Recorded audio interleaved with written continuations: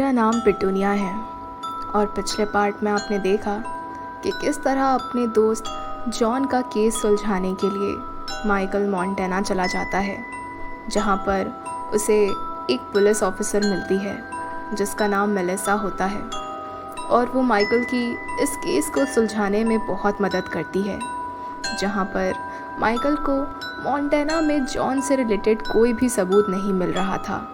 पर अगले ही दिन जब माइकल को उस शहर में रहने के लिए होटल वगैरह की ज़रूरत थी, तब मेलिसा ने ही उसे होटल का एड्रेस दिया। वो पूरे तरीके से माइकल की मदद कर रही थी। अगले दिन वो दोनों शहर की तरफ फिर से छानबीन करने के लिए गए, जहाँ पर कुछ लोगों ने ये दावा किया कि उन्होंने जॉन को देखा था और उन्होंने जॉन को अकेले नहीं बल्कि एक लड़की के साथ देखा था।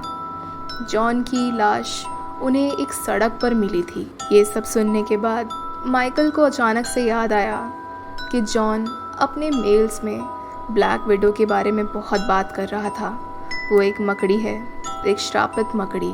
इस मकड़ी के बारे में माइकल तो ज़्यादा कुछ नहीं जानता था, इसलिए उसने मेलिसा से इस बारे में पूछा, जिसके बारे में मेलिसा को भी ज़्यादा कुछ पता नहीं था।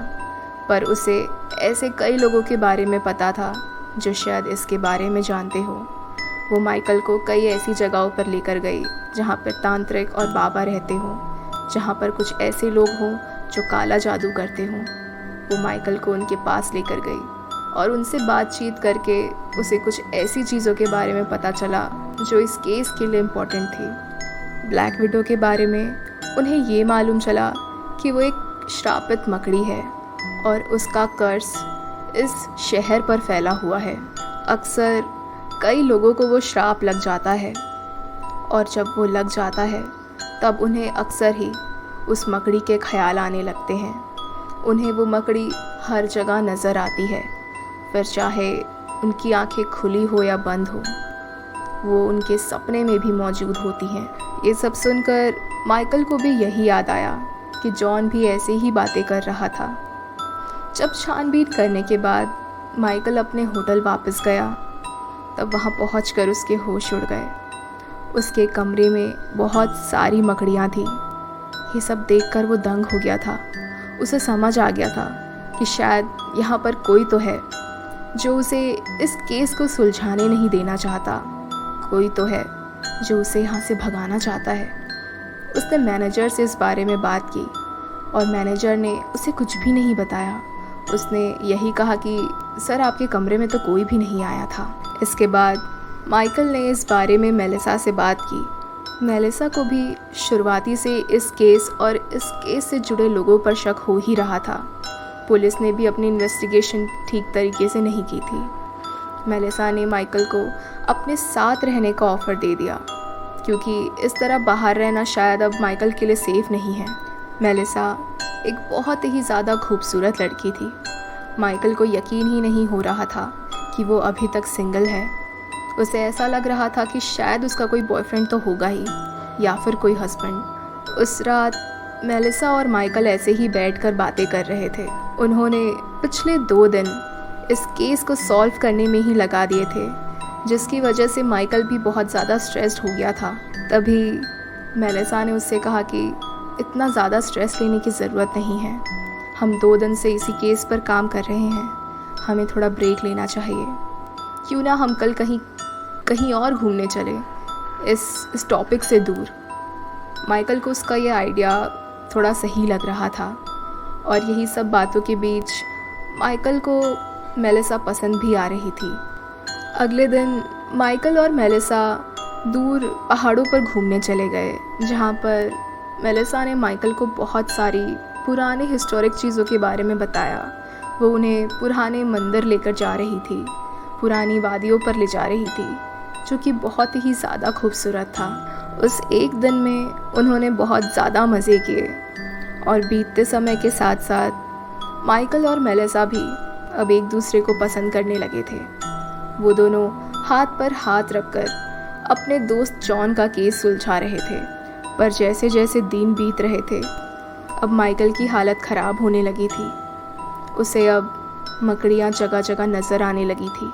उसे समझ नहीं आ रहा था कि आखिर उसके साथ ऐसा हो क्यों रहा है। कहीं यहाँ पर कोई शख्स तो नहीं जो उसे परेशान कर रहा हो। एक दिन ऐसे ही माइकल जब अपने घर के अंदर घुसता है तो उसके आसपास हज़ारों की तादाद में वही ब्लैक विडो मकड़ियाँ होती हैं जो कि उसे एक साथ काट देती हैं। वो दर्द माइकल बयां नहीं कर पा रहा था। उसकी चीख बहुत ज़ोर की थी कि तभी अचानक से उसकी आंख खुल जाती है और उसे पता चलता है कि वो सपना देख रहा था। अब माइकल के सपने में भी मकड़ियाँ आने लगी थी। उसने इस बारे में मेलिसा को बताया। उसने भी यही कहा कि अब तुम्हारे सपने में भी मकड़ियाँ आ रही हैं। ये तो बिल्कुल वैसा ही है जैसा उन तांत्रिकों ने बताया था। माइकल के साथ भी अब बिल्कुल वैसा ही होने लगा था जैसा जॉन के साथ हो रहा था। पहले उसे मकड़ियाँ नज़र आ रही थी पर अब वो मकड़ियाँ उसके सपने में आ रही थी। वो उसे दर्द पहुंचा रही थी। अब माइकल भी अपना मानसिक संतुलन खोने लगा था। वो हर तरफ उन मकड़ियों को देखने लगा था। उसे डर लगने लगा था कि कहीं अगर वो खाना खा रहा है तो वहाँ से मकड़ी निकलकर उसे काट ना ले। उसे अब जॉन की फ़िक्र नहीं हो रही थी, उसे अपनी फ़िक्र हो रही थी कि कहीं जो चीज़ जॉन के साथ हुई है वही सेम चीज़ माइकल के साथ तो नहीं हो रही। माइकल अब उस शहर को छोड़कर जाना चाहता था क्योंकि उसे कुछ समझ नहीं आ रहा था कि उसके साथ हो क्या रहा है। वहीं दूसरी तरफ मेलिसा उसे उस परेशानी से डिस्ट्रैक्ट करना चाहती थी। उसने कहा कि हमें इतने दिन के बाद वापस से एक ब्रेक लेना चाहिए और हम पुरानी मंदिर और वादियों में वापस से घूम कर आते हैं ताकि हम थोड़े डिस्ट्रैक्ट हो सकें। इसके बाद मेलिसा माइकल को एक पुराने पहाड़ ले जाती है जहाँ पर वो उसे अलग अलग मंदिरों के बारे में बता रही थी। उसने माइकल को बताया कि ये मंदिर बहुत ही ज़्यादा प्राचीन है। यहाँ पर कहा जाता है कि लोग यहाँ पर आकर शादियाँ किया करते थे और अभी भी लोग यहाँ पर मजाक की शादियाँ करते हैं, टेम्परेरी शादियाँ। और अब वो माइकल के एकदम पीछे पड़ चुकी थी कि तुम्हें भी मुझसे यहाँ पर शादी करनी पड़ेगी, भले झूठ मूठ की ही सही। यहाँ पर कई ऐसे लोग आते हैं जो लड़कियों को फंसाते हैं, उनके साथ साथ रहने का दावा करते हैं और चले जाते हैं। कहीं तुम भी तो उनमें से नहीं। माइकल शादी करने के लिए बिल्कुल भी तैयार नहीं था पर मेलिसा उसके पीछे ही पड़ चुकी थी। उसने कहा कि वो लड़कों से बात भी नहीं करती, उनसे दोस्ती भी नहीं करती क्योंकि वो धोखा ही देते हैं। पर माइकल उसे अलग लगा था। माइकल ने उसे हाँ कह दिया। अब आगे माइकल के साथ क्या होता है ये जानने के लिए देखिए इस स्टोरी का अगला पार्ट।